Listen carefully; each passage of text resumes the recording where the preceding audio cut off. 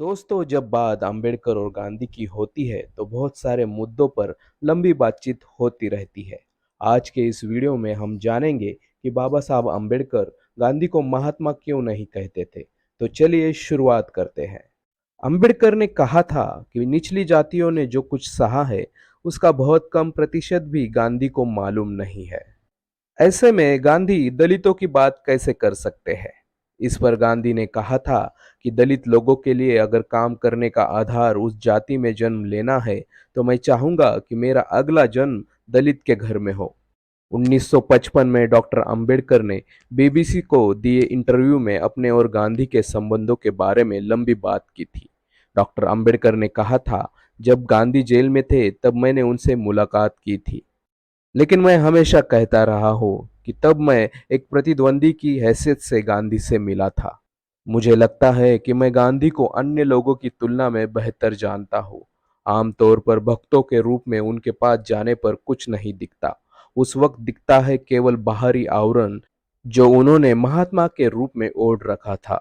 लेकिन मैंने उन्हें एक इंसान के हैसियत से देखा है, उनके अंदर के नंगे आदमी को देखा। इसलिए मैं कह सकता हूँ कि जो लोग उनसे जुड़े थे, मैं उनके मुकाबले गांधी को बेहतर समझता हूँ। अंबेडकर ने आगे कहा, मुझे आश्चर्य होता है जब पश्चिमी दुनिया के लोग गांधी में इतनी दिलचस्पी रखते हैं।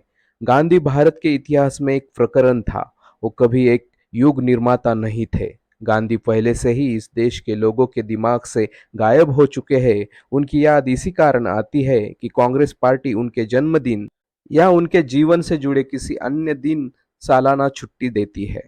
मुझे लगता है कि अगर एक कृत्रिम सांस नहीं दी जाती तो गांधी को लोग काफी पहले भुला चुके होते। गांधी ने अंग्रेजी में हरिजन और गुजराती में दीनबंधु नामक अखबार निकाला। अगर आप हरिजन अखबार पढ़ेंगे जो अंग्रेजी में है तो उसमें उन्होंने खुद को जाति व्यवस्था और अस्पृश्यता का विरोधी कहा है। लेकिन अगर आप गुजराती पत्रिका को पढ़ते हैं तो आप उन्हें अधिक रूढ़िवादी व्यक्ति के रूप में देखेंगे। गांधी जाति व्यवस्था, वर्णाश्रम, धर्म या सभी रूढ़िवादी सिद्धांतों के समर्थक थे।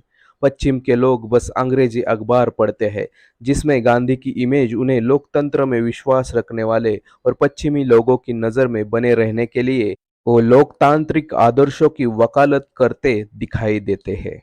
लेकिन आपको यह भी देखना होगा कि उन्होंने वास्तव में अपने स्थानीय पेपर में लोगों से क्या बात की थी।